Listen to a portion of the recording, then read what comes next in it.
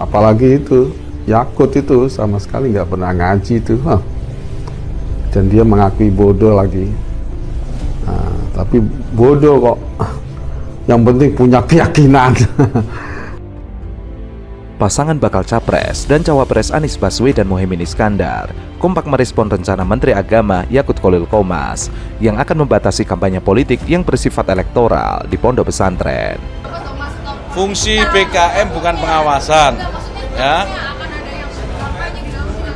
Yaitu biar masyarakat yang menilai. Nanti kalau ada yang kampanye dalam masjid jangan dipilih, itu aja. Biar masyarakat yang melakukan pengawasan, bukan BKM. Oke?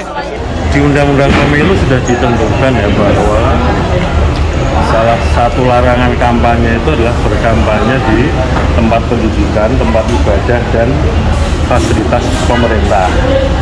Lalu kemudian ada putusan Mahkamah Konstitusi yang menegaskan bahwa kampanye itu yang sama sekali dilarang itu di tempat ibadah, pendidikan dan fasilitas pemerintah. Kampanye itu boleh tapi dengan izin.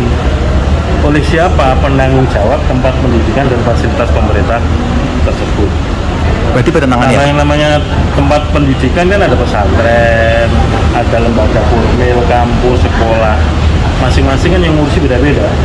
Kementerian Agama kan punya juga kampus UIN, YIN, SETAIN, Madrasah Aliyah Negeri, pesantren, itu urusannya Menteri Agama yang urus. Anies menegaskan, semua yang diputuskan pemerintah harus sesuai dengan konstitusi. Konstitusi menggariskan kebebasan untuk berekspresi dan menjalankan hak politik. Terpisah di hari yang sama, Caimin menganggap biasa saja rencana Yakut tersebut. Terpenting baginya, semua harus mengikuti aturan perundang-undangan dan sesuai dengan porsinya masing-masing. Biasa saja, yang penting semuanya pada porsinya, semua pada proporsional. Kalau tujuannya untuk melakukan pendidikan politik, melakukan membuka cakrawala santri atau siapapun yang ada di bawah Kementerian Agama gitu ya, menjadi lebih baik atas politik, kita akan persilakan. Tapi tentu kita tidak akan memberikan aturan yang membebaskan orang bisa melakukan kampanye politik yang sifatnya elektoral. Nah, itu yang nanti di lembaga pendidikan ya, di lembaga pendidikan yang sifatnya elektoral kami akan batasi itu. Jadi kita ingin kampanye politik itu sifatnya adalah memberikan pendidikan. Ya itu biasa aja, yang penting semua pada porsinya, semua pada proporsional. Semua ikut aturan undang-undang, ikut aturan KPU, kita jalani semua dengan baik. Sesuai dengan konstitusi, dan konstitusi kita menggariskan bahwa ada kebebasan untuk berekspresi, kebebasan untuk menjalankan hak politiknya, ya. Anies dan Caimin kini telah didukung oleh koalisi perubahan yang berisikan PKB, Nasdem, dan PKS. Sebelumnya, Yakut memiliki rencana untuk menerbitkan aturan yang membatasi kegiatan kampanye elektoral di pesantren dan lembaga pendidikan lain di bawah Kemenak. Kemenak tidak akan memberikan aturan yang membebaskan orang bisa melakukan kampanye politik yang sifatnya elektoral di lembaga pendidikan. Yakut menjelaskan konsep dasar rencana itu hanya membolehkan bentuk kampanye yang bersifat pendidikan politik. Ia mengatakan sudah ada aturan tersendiri mengenai konsep kampanye yang dibolehkan di lingkungan lembaga pendidikan. Karenanya, ia membawai banyak lembaga pendidikan, bukan hanya pesantren, di situ ada madrasah. Lembaga pendidikan bukan hanya pesantren, di situ ada madrasah, di situ ada perguruan tinggi. Menurut Yakut, hal itu merujuk pada keputusan Mahkamah Konstitusi nomor 65 tahun 2023. Sementara itu, Yakut mengaku tidak masalah jika orang lain menyebut dirinya buzzer. Hal itu sebagai respon komentar bakal calon presiden Muhaimin Iskandar. Boleh bilang saya buzzer boleh. Ketua Umum GP Ansor menilai setiap orang berhak menilai dirinya.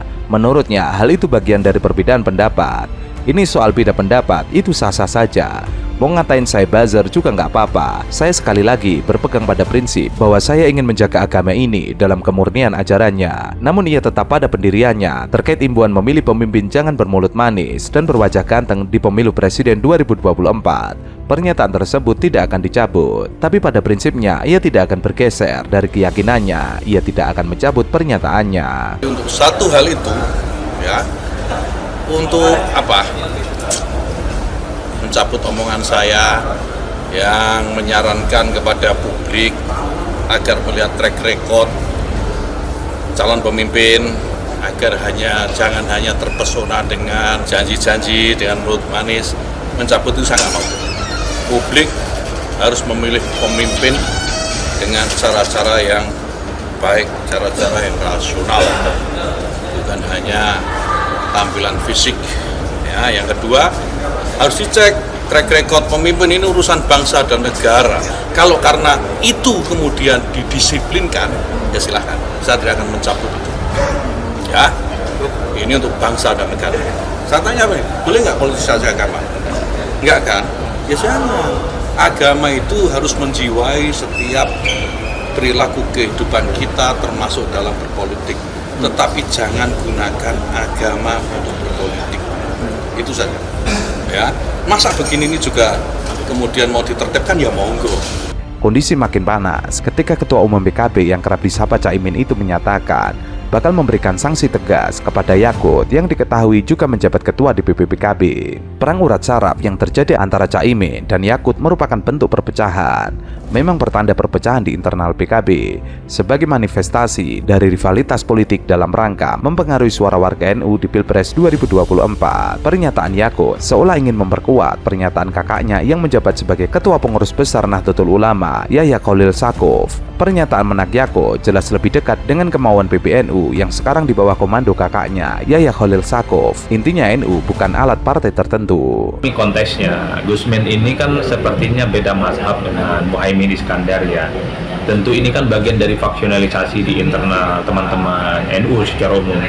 Muhaimin Iskandar itu apapun judulnya adalah pihak yang dari dulu memang berseberangan dengan Gus Dur ya, dan kita tahu bahwa Gusmen, Gus Yahya, dan Yeni Wahid itu adalah Gus Durian atau orang yang selama ini kita kenal sebagai loyalikat dari Gus Dur ya. Oleh karena itu, kalau kemudian Gusmen menyatakan Amin itu bid'ah, masuk akal, karena ini bagian dari konfrontasi politik yang saya kira sudah terjadi sejak lama ya. Itu artinya bagi Gusmen tentu ingin mengonsolidasi, mengabarkan kepada NU khususnya untuk tidak memilih Anies dan. Namun, tentu saja pernyataan itu dibantah oleh Ketua Umum PKB Muhaimin. Ia pernah menanggapi pernyataan Ketua Umum Pengurus Besar Nahdlatul Ulama, Yahya Khalil Stakuf, yang menegaskan NU tidak lagi terlibat dalam partai politik dan Pilpres 2024. Ia menegaskan tidak pernah membawa PBNU dalam sikap dan keputusan PKB. Caimin mengatakan, saya tidak pernah membawa-bawa itu. Saya tidak pernah bawa-bawa PBNU, tapi saya dari lahir sampai sekarang orang tahu saya adalah NU. PBNU tidak bisa melarang warga NU atau Nahdliyin dalam memilih partai politik atau sosok tertentu, termasuk terhadap pasangan Anies Rashid Baswedan dan juga Muhaimin. Awalnya warga NU terbagi dua, yakni struktural dan kultural. Secara kultural, para Nahdliyin boleh berpolitik dan memilih dengan orientasi kepada kemaslahatan dan dilakukan secara akhlakul karimah. Itu khito, jadi NU punya khito. Artinya, seluruh warganya boleh mendukung partai politik apapun, ikut koalisi capres-cawapres siapapun itu boleh. Jadi PBNU tidak bisa melarang warganya, kadernya untuk berpartai dengan partai apa, koalisi dengan siapa, itu tidak ada larangan, itu bebas. Termasuk Caimin harus dibebaskan, tidak boleh lagi dicemooh.